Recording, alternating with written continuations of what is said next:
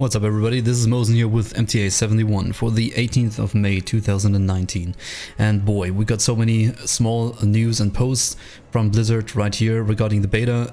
We will have the BIS section and we will jump into the lore Biscuit section, so stay tuned. We're just gonna jump right into the intro and be right back.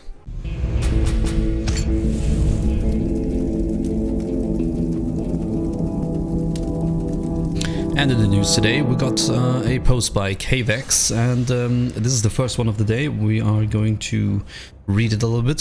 The WoW Classic Not a Bug list, and there are a couple of things that people have been reporting apparently on the beta, which is awesome. Keep reporting all of those bugs. But he says a couple of these are actually working as expected and intended and are indeed not bugs, such as, for example, the Tauren's hitboxes and their melee reach is slightly larger than other races. This is certainly not a bug, this is intended, and of course makes Tauren easily hittable, but also makes them be able to stand out further than other races. So certainly something to look into if you like PvEing. Being critically struck while using /sit does not remove abilities like Enrage, Blood Craze and Reckoning to activate. So over are the sit down and combat Reckoning days. Sadly, you can only use Reckoning or get a Reckoning proc now when you are actually being crit, which is kind of, you know, better because it's actually working as intended. And there's a couple of more, so go and check this list by Etecc if you are interested what is actually not a bug, because I think there's some things that people certainly would confuse for a bug, which has actually been in the game. Moving on, we now have classic WoW heads database translated to many varied languages such as French, German, Korean, Portuguese, Russian, Spanish and Chinese. And you know, you can now type in Thunder Fury in your language and see what it spits out.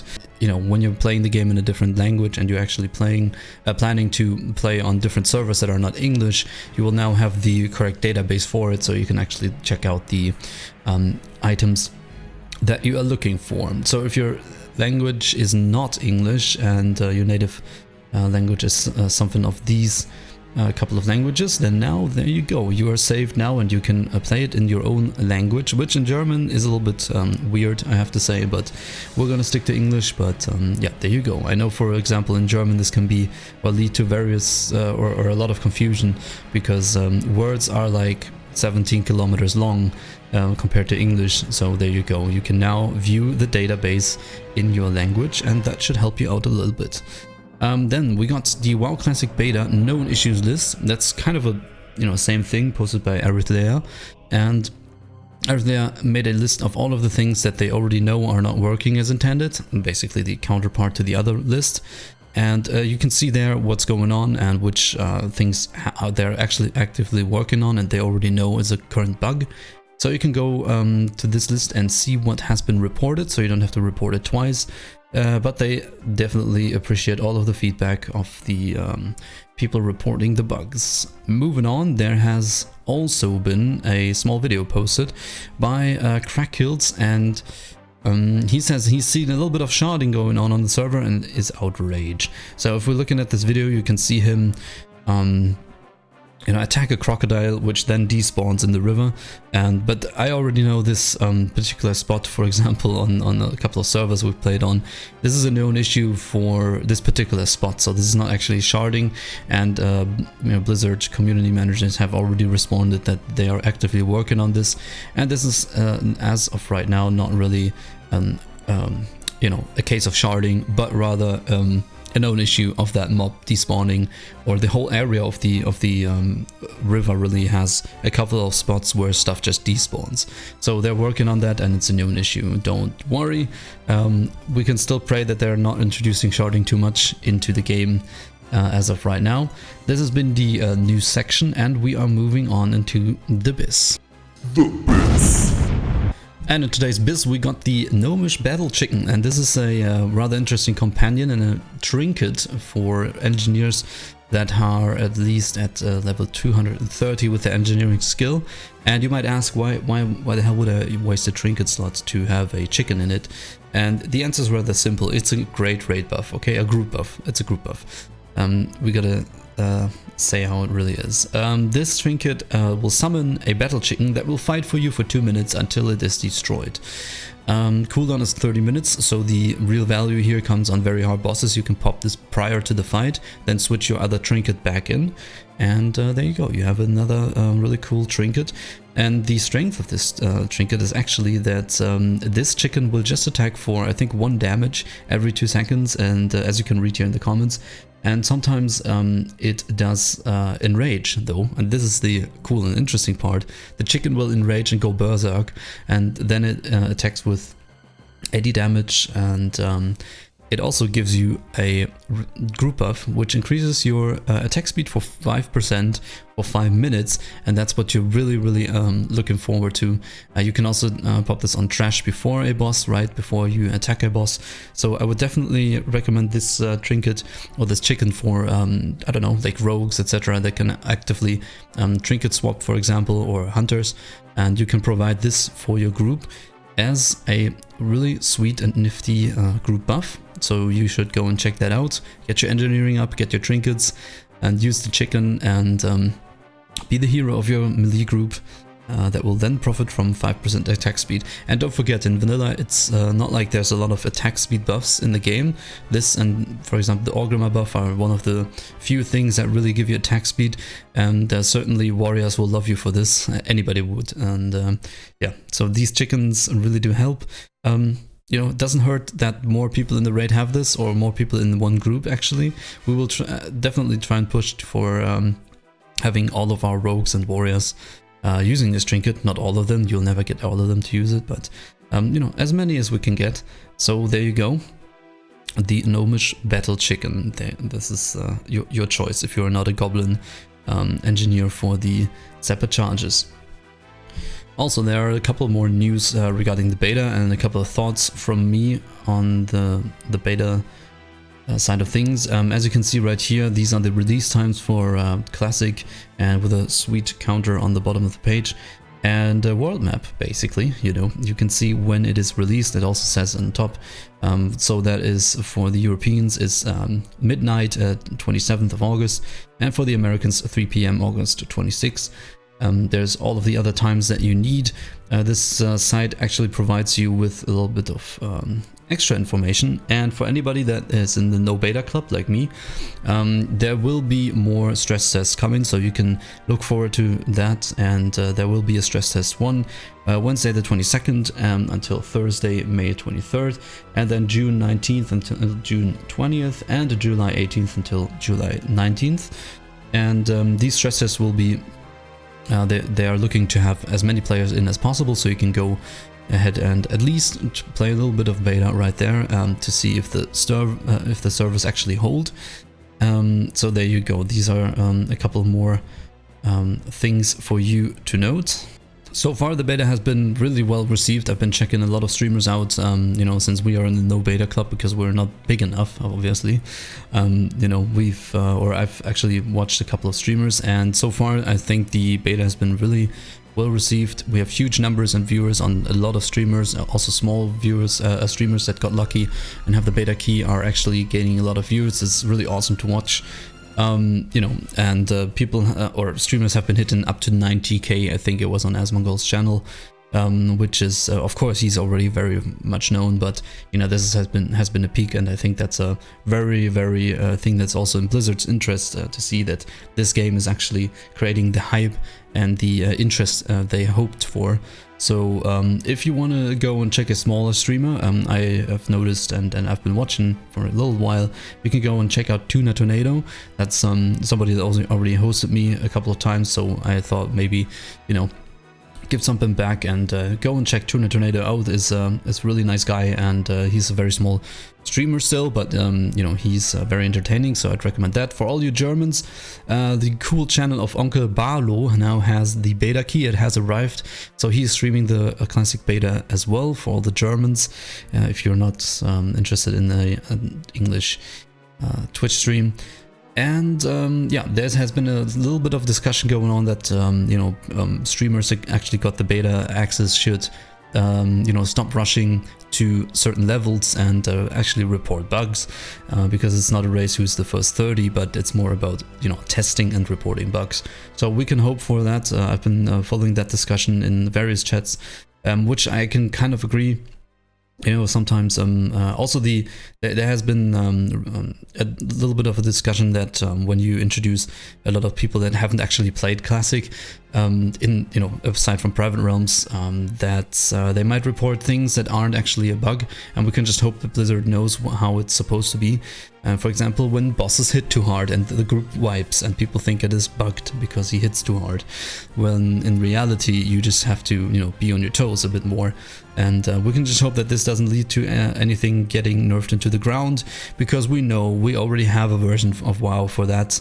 Thank you very much. Blizzard has confirmed more waves for subbed people to be let into the beta pretty soon, and you can, if you haven't already, still do that by logging to the website into your account and go to games and click the WoW Classic beta wish checkbox.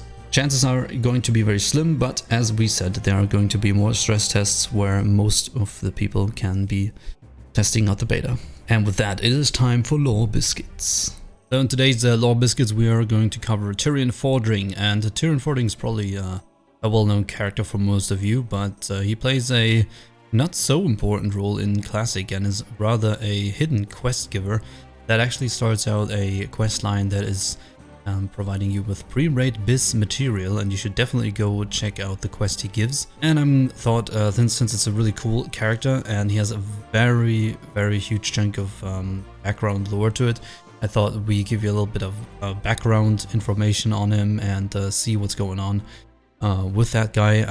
Again, I strongly recommend that you check out the lore behind him and all its glory and all the full length thing, and we are trying again to spark some interest in that character and for you to check out his background story.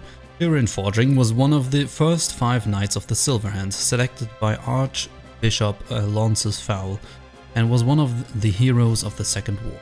He later became Lord of Mardenhold Keep in Hearthglen before being stripped of his title and exiled for defending an orc, Etecc.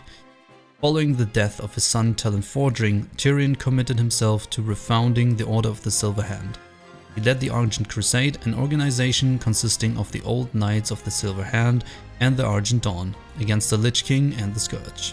He always remained good friends with the orc veteran Etecc. As the governor of the Lion's Principality of Hearthglen, Tyrion lived a comfortable life, well respected by his subjects and loved by his wife Aranda and son Talon.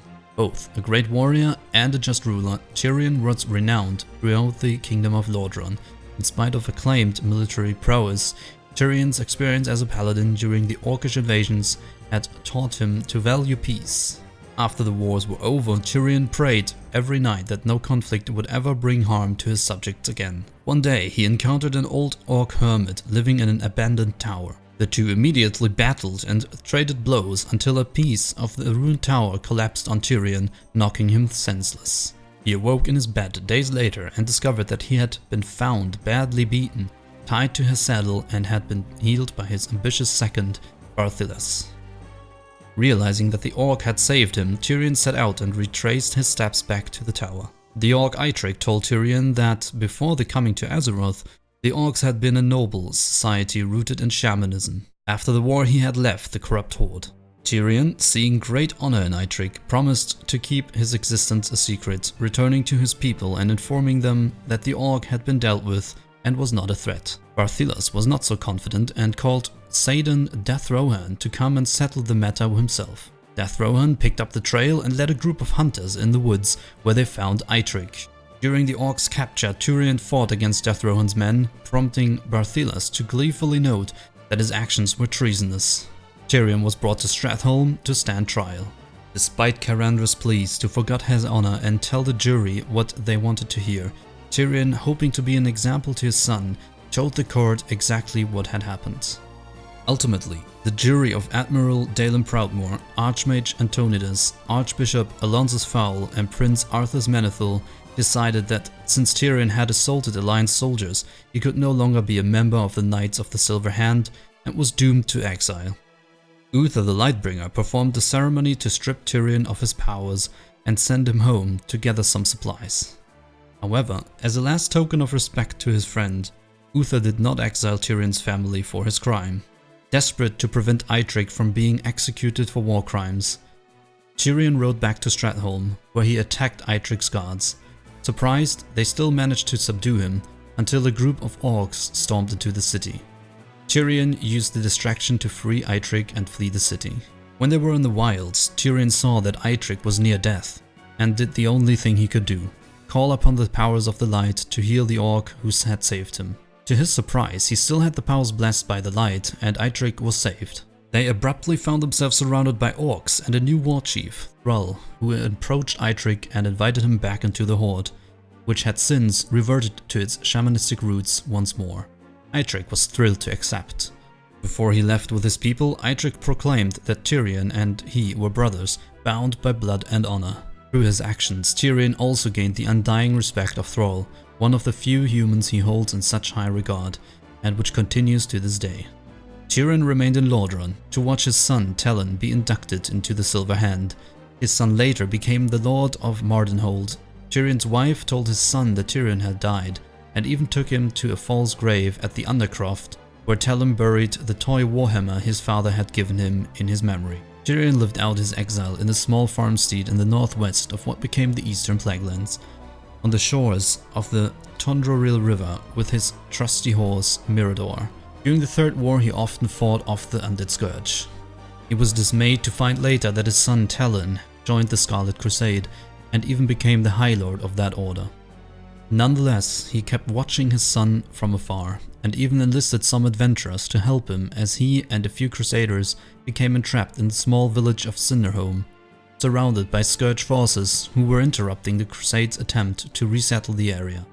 Later, Tyrion turned to adventurers yet again to have them collect mementos of his son's past, which finally enabled him to convince his son to leave the Crusade, only to see him killed in the attempt. Spurred by his son's death, Tyrion resolved to reform the original Silver Hand as a force of good in the world. This is the story of the Tyrion Fordring for WoW Classic, and as you can see, it's a character with a lot of background lore. It goes on in Wrath of the Lich King, and there's certainly a lot of prequels to this and a lot of story to this. And when you do the questline in the Eastern Plaguelands, you can really see all of the lore that really is part of this character. And I really recommend you do this questline, not only because it has pre-made BIS items at the end, which you should definitely get, but also because it has it's such a good story and it's such a good read throughout the quests, and you can actually find the grave and all of these things. So I really recommend you go and do that. This has been the MTA 71, and I hope you enjoyed. As always, check out the Twitch channel. We're streaming there live, WoW Classic, and if you haven't already, consider a sub. Rate the video up. I wish you pleasant days in the world of Azeroth, very fat epics that to drop for you, and as always, I will see you next time.